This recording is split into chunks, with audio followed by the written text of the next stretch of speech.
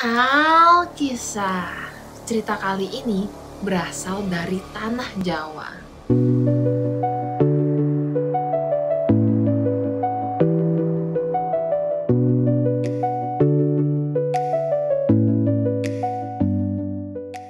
Bulan Suro adalah bulan yang sakral di tanah Jawa.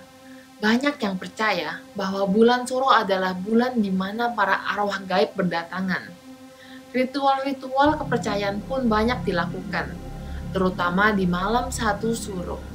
Akan tetapi, tradisi itu seakan hanya dipegang teguh oleh sebagian orang. Rini tinggal di Jakarta. Dia pindah ke Jakarta dari Jogja pada saat dia masih kecil. Dari kecil, orang tuanya cukup kental budaya Jawanya. Sangat sering bercerita tentang mitos-mitos yang dipercaya oleh masyarakat Jawa. Rini yang masih kecil senang mendengarnya karena merasa itu adalah sebuah dongeng yang seru. Akan tetapi, seiringnya waktu, Rini yang tumbuh dengan budaya berbeda mulai menjauh dan tidak percaya akan hal tersebut. Suatu hari, Rini yang sudah dewasa dilamar oleh pacarnya, Aldo. Mereka pun bertemu dan berkumpul dengan kedua orang tua masing-masing. Aldo dan orang tuanya besar di Jakarta, jadi budaya mereka berbeda dari Rini dan keluarganya. Proses lamaran sampai ke pelaminannya pun berbeda. Tetapi karena Rini adalah seorang wanita yang akan ikut dengan suaminya, dan orang tua Rini yang lebih suka mengalah, mereka tidak memberikan pendapat dan menyerahkan seluruhnya kepada Aldo dan keluarga. Rini menjadi cukup sibuk karena membantu calon suaminya mengurus pesta tunangannya yang terlebih dahulu terjadi. Dari baju, catering, tempat, dan lain-lain. Apalagi tanggal pernikahannya sudah cukup dekat, yang mengakibatkan pesta tunangannya seakan diburu-buru. Ibu, Bapak, ini undangan tunanganku minggu depan. Rini memberikan undangan kepada orang tuanya agar mereka bisa bersiap-siap. Ibunya yang menerima melihat dan kaget. Loh, Nduk, tunanganmu kok tanggal 20? Iya, Bu, memang agak terburu-buru. Jadi, nggak bisa ditunda lagi. Bukan itu maksud Ibu. Tanggal 20 itu 1 Suro.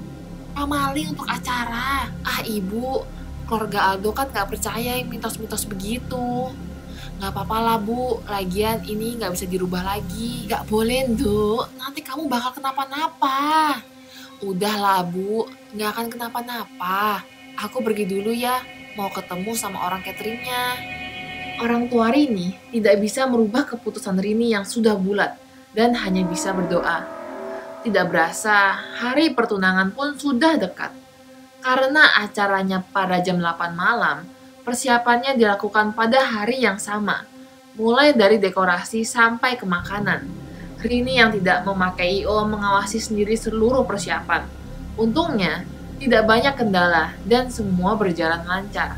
Sampai pada sore hari, setelah maghrib, Rini mendapatkan laporan dari dapur. Mbak Rini, ikan yang bakal dimasak nanti hilang. Kok bisa, Bu? Nggak tahu, Mbak.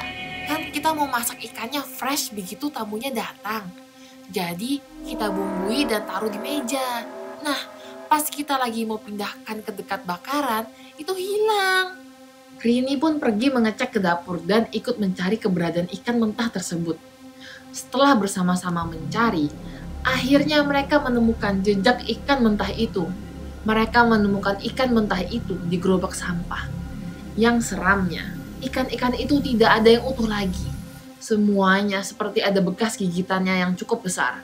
Bahkan, ada yang setengah badan ikannya hilang digigit.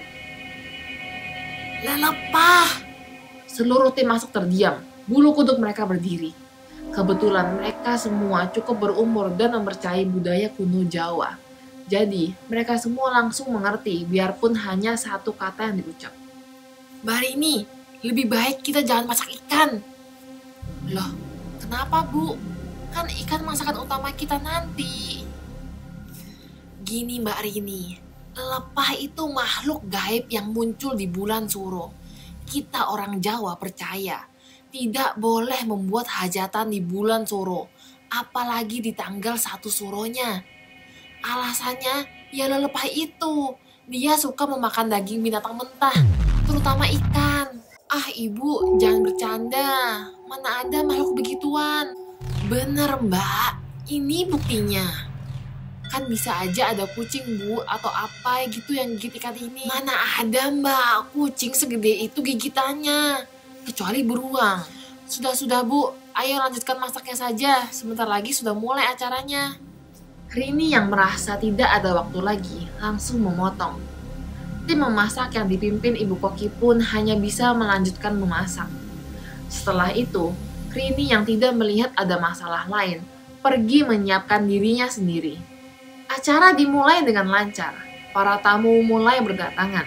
Karena ini hanya pertunangan, yang diundang hanyalah keluarga terdekat. Walau begitu, jumlah orang yang datang cukup banyak. Rini dan Aldo pun sibuk pergi ke meja-meja tamunya untuk menunjukkan keramahan mereka. Saking banyaknya, tak terasa makanan pun mulai berdatangan. Rini tidak melihat adanya masalah, merasa lega.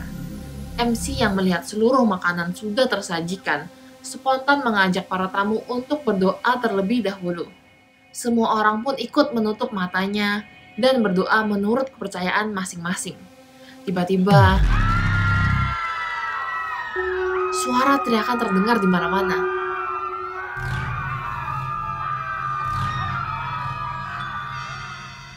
Rini dan Aldo langsung menoleh ke arah teriakan para tamu karena ingin tahu apa yang terjadi.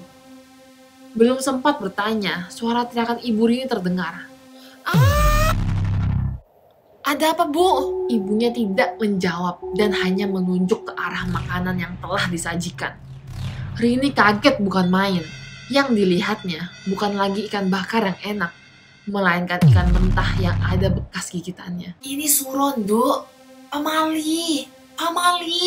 Rini pun harus membubarkan acaranya sambil melamun memikirkan kata-kata ibunya. Rini pun pergi ke kamar Aldo untuk mencari dukungan. Akan tetapi, Rini mendengar suara aneh dari dalam kamar Aldo. Suaranya seperti ada yang sedang mengunyah, tapi entah kenapa, Rini merasa sangat ketakutan. Dia pun membuka pintunya. Di dalam kamar, Rini hanya bisa melihat setengah badan Aldo yang tergeletak di genangan darahnya sendiri. Di samping Aldo ada seseorang yang berbadan tinggi besar, giginya yang tajam berlumuran dengan darah.